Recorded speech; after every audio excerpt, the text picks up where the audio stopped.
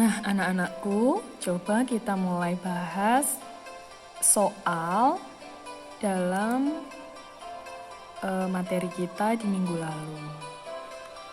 Jadi, seperti ini soalnya. Soal pertama ditanyakan apa objek dari tayangan video yang ditampilkan.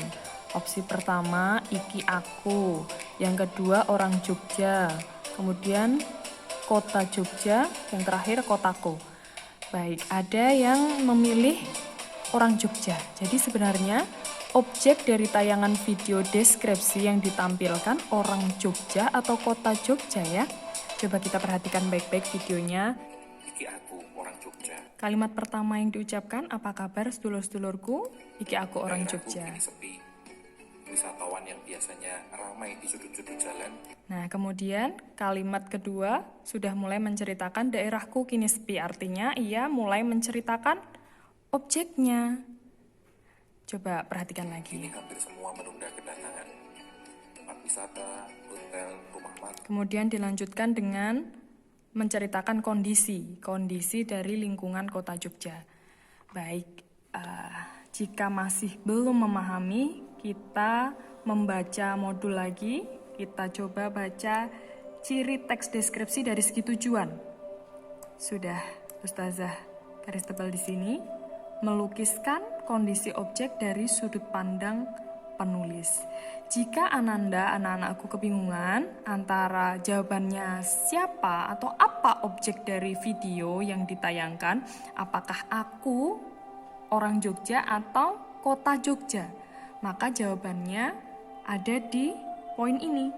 Ciri teks deskripsi dari segi tujuan, melukiskan kondisi objek dari sudut pandang si penulis.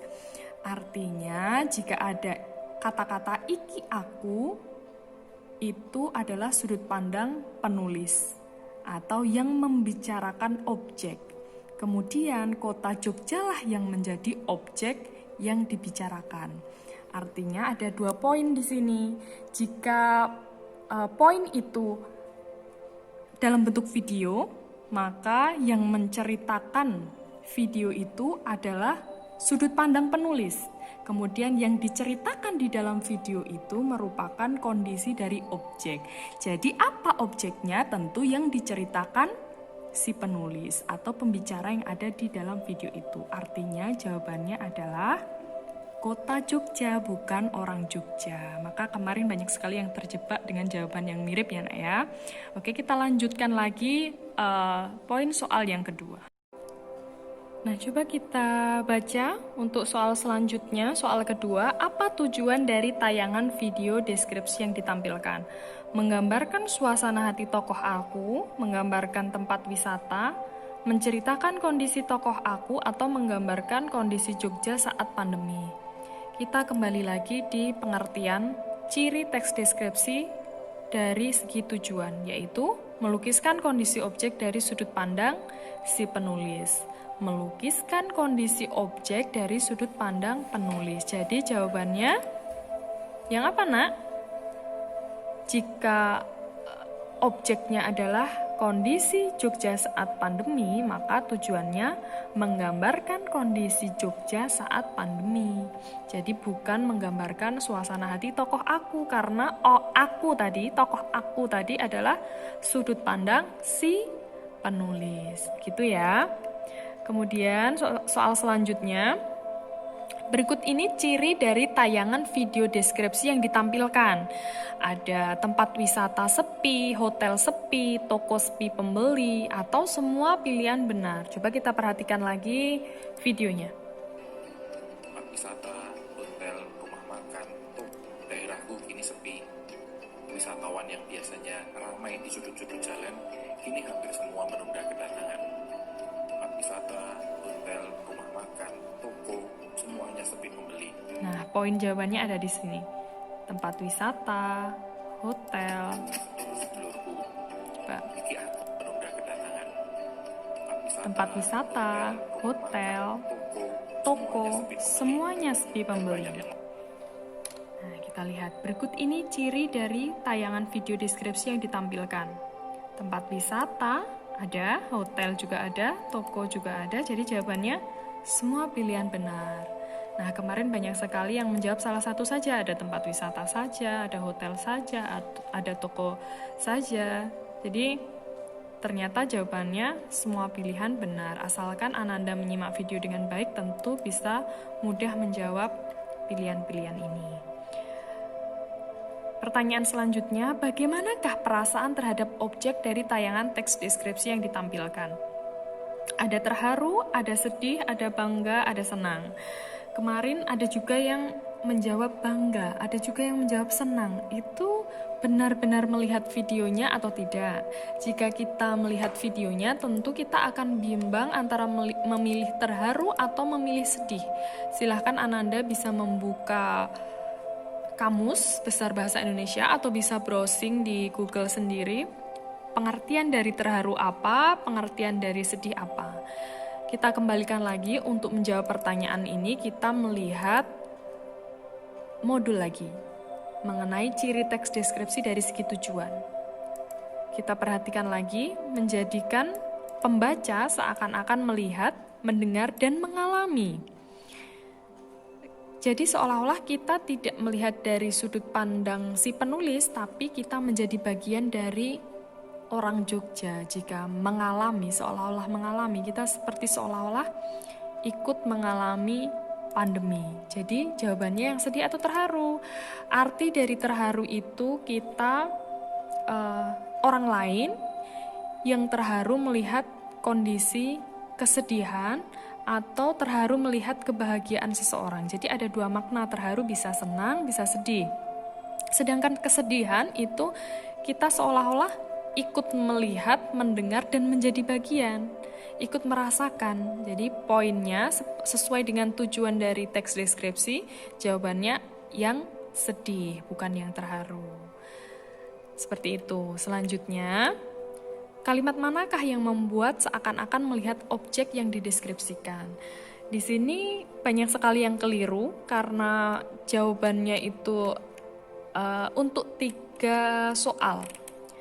Kalimat mana yang membuat seakan-akan kita melihat, yang ini membuat seakan-akan mendengar, dan membuat seakan-akan merasakan. Jika menemukan kalimat yang seperti ini, yang jawabannya itu sama, ABC-nya itu pilihannya sama, hanya soalnya saja yang berbeda, maka kita perhatikan ketiga-tiganya dulu, kita pilih yang mana yang paling mudah dikerjakan. Tentu yang seakan-akan melihat, mendengar, dan merasakan, yang paling mudah dikerjakan dulu yang seolah-olah kita mendengar. Kita cek dulu. Ini. Kalimat manakah yang membuat seakan-akan mendengar objek yang dideskripsikan? Ciri dari kita bisa seolah-olah mendengar adalah kalimat yang dimungkinkan menimbulkan suara. Coba pilihan mana, kalimat mana yang bisa menimbulkan suara. Yang pertama, aku menyadari kenapa kamu gak perlu ke kotaku dulu. Itu tidak menimbulkan suara ya. Wisatawan yang biasanya ramai di sudut jalan, coba perhatikan. Ramai di sudut jalan artinya menimbulkan suasana ramai di sudut jalan. Bisa dari percakapannya, bisa dari kesibukannya, bisa dari mungkin dia jajan apa, atau sedang berfoto, atau sedang apa, wisatawan, aktivitas wisatawan yang membuat ramai sudut jalan. Itu menimbulkan suara. Warga di kota sama-sama menyadari tidak ada yang menimbulkan suara. Nah ini yang membuat dilema. Toko-toko sepi pembeli dan banyak yang memilih tutup.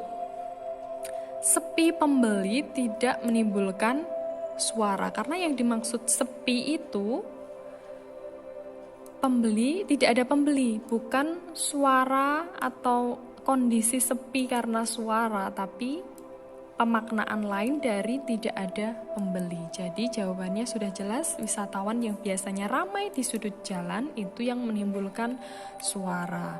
Kalimat yang membuat seolah-olah kita mendengar objek itu. Kemudian yang kalimat manakah yang membuat seakan-akan melihat? Tentu sudah bukan ini lagi jawabannya. Wisatawan yang biasanya ramai di sudut jalan, sudah bukan ini lagi jawabannya. Tapi kita lihat apakah warga di kotaku sama-sama menyadari, atau aku menyadari, atau toko sepi pembeli dan banyak yang memilih tutup. Tentu kita akan lebih jelas melihatnya yang toko-toko sepi pembeli dan banyak yang memilih tutup ini, seolah-olah kita melihat gambaran dari kondisi Jogja saat pandemi. Toko sepi, banyak yang memilih tutup, tadi juga di video juga wisatawan sepi, seperti itu ya. Jadi jawabannya yang toko sepi pembeli. Nah, tinggal pertanyaan yang terakhir, kalimat manakah yang membuat seakan merasakan objek ditandai dengan kesadaran atau emosi, atau adanya emosi kita juga yang turut merasakan seolah-olah kita menjadi bagian dari objek. Yang mana aku menyadari atau warga di kota sama-sama menyadari? Kalau jawabannya aku menyadari, artinya masih ada jarak. Kita seperti bukan menjadi bagian dari mereka, tapi seperti komunikasi untuk orang yang akan datang ke Jogja. Jadi jika itu seolah-olah kita merasakan, artinya jawabannya yang pertama, warga di kota sama-sama menyadari kita menjadi bagian dari masyarakat kota Jogja. Warga di kota sama-sama menyadari, tidak ada jarak lagi. Itu. Kemudian soal yang terakhir, berikut ini kalimat berisi penjelasan terperinci untuk mengkonkretkan video.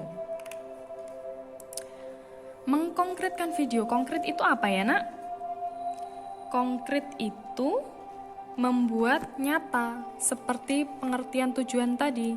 Seolah-olah kita juga melihat, mendengar, dan mengalami. Itu mengkonkretkan, seolah-olah membuat nyata, memperlihatkan, memperdengarkan, dan seolah-olah menjadikan seseorang seperti mengalami kejadian yang ada di deskripsi itu. Jadi yang mana ya penjelasan terperinci untuk mengkonkretkan video? Ada poin pertama, iki aku orang Jogja, atau wisatawan yang biasanya ramai, kemudian tempat wisata, hotel, toko semuanya sepi pembeli, warga di kotaku sama-sama menyadari bahwa ini harus dihadapi. Yang mana? Jika kita menjawab yang iki aku orang Jogja, tentu seperti kesepakatan kita di awal bahwa ini adalah sudut pandang si penulis. Tujuan dari teks deskripsi adalah apa tadi nak? Menggambarkan objek dengan cara memerinci, melukiskan kondisi objek dari sudut pandang penulis. Memerincikan, melukiskan objek dari sudut pandang penulis. Ini sudut pandang penulis. Sedangkan yang memerincikan adalah iki aku orang Jogja. Artinya bukan ini jawabannya ya, tapi apa yang dirincikan iki aku orang Jogja itulah penjelasan untuk mengkonkretkan video. Wisatawan yang biasanya ramai di sudut jalan, tempat wisata, hotel sepi, warga di kotaku sama-sama menyadari, itu bagian dari cara iki aku orang Jogja untuk mengkonkretkan teks deskripsi atau untuk mengkonkretkan video. Jadi jawabannya bukan ini. Pertanyaan seperti ini juga paling gampang jika ditemui di dalam soal, maka carilah jawaban yang panjang-panjang, tentu biasanya itu sebagai rincian dari video. Nah, anak-anakku, pada minggu ini kita akan mencermati struktur dari teks deskripsi. Silahkan Ananda membuka buku paket yang dipinjami oleh sekolah, atau silahkan bisa download versi PDF-nya, buku sekolah elektronik yang diberikan oleh pemerintah, halaman 18, mencermati struktur teks deskripsi. Di sana terlihat teks deskripsinya berjudul Rumah Tongkonan. Terdapat 3 bagian untuk menuliskan teks deskripsi. Yang pertama identifikasi, yang kedua deskripsi bagian, dan yang terakhir penutup. Apa saja isinya dari identifikasi itu? Berisi kalimat-kalimat yang menjelaskan nama objek, lokasi, dan gambaran umum tentang objek. Kemudian deskripsi bagian menjelaskan tentang rincian dari objek. Dalam hal ini rumah Yang di sini yang dirincikan adalah bahannya. Bahan rumahnya terbuat dari apa? Kayu. Kemudian ukiran rumahnya seperti apa? Kemudian hiasan atap rumahnya seperti apa? Yang terakhir penutup.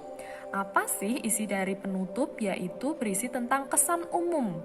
Kesan umum tentang rumah tongkonan.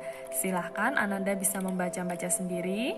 Kemudian nanti bisa menuliskan teks deskripsi tentang rumah anak-anakku, Ananda sekalian. Dimulai dari apa? Nanti diidentifikasi dulu. Rumahnya, alamatnya di mana, letaknya di mana, lokasinya di mana. Kemudian deskripsi bagiannya, rumahnya seperti apa, terbuat dari apa, warnanya apa, warna keramiknya seperti apa mungkin, halamannya seperti apa, ruang-ruangnya seperti apa. Kemudian diakhiri dengan kesimpulan, yaitu kesan selama Ananda berada di rumah itu. Nanti contohnya ada di halaman 18 seperti ini. Hanya saja diganti rumahku, misalkan rumah kita, misalkan rumah Kayla seperti itu, atau rumahku, atau bisa diganti istanaku seperti itu. Nanti silahkan divariasi lebih bervariasi lagi judulnya seperti apa, kemudian silahkan dibuat identifikasi dulu namanya rumah apa, kemudian lokasinya, gambaran umumnya seperti apa, nanti boleh mencontoh ini. Gitu ya nak, halaman 19. Silahkan dibuat sekreatif mungkin. Minimal ada 3 paragraf ya, identifikasi 1 paragraf, deskripsi bagian 1 paragraf, dan penutup 1 paragraf. 1 paragrafnya berisi minimal, silahkan dibuat minimal 5 kalimat. Jadi masing-masing paragraf jika di total ada 5, ada 15 kalimat. Seperti itu, silahkan dibuat, kemudian dianalisis sendiri. Dianalisis seperti pengerjaan kita kemarin. Coba kita lihat tabelnya lagi. Nah, kemudian dianalisis sendiri. Objeknya apa, tujuannya menggambarkan apa, kemudian dirinci.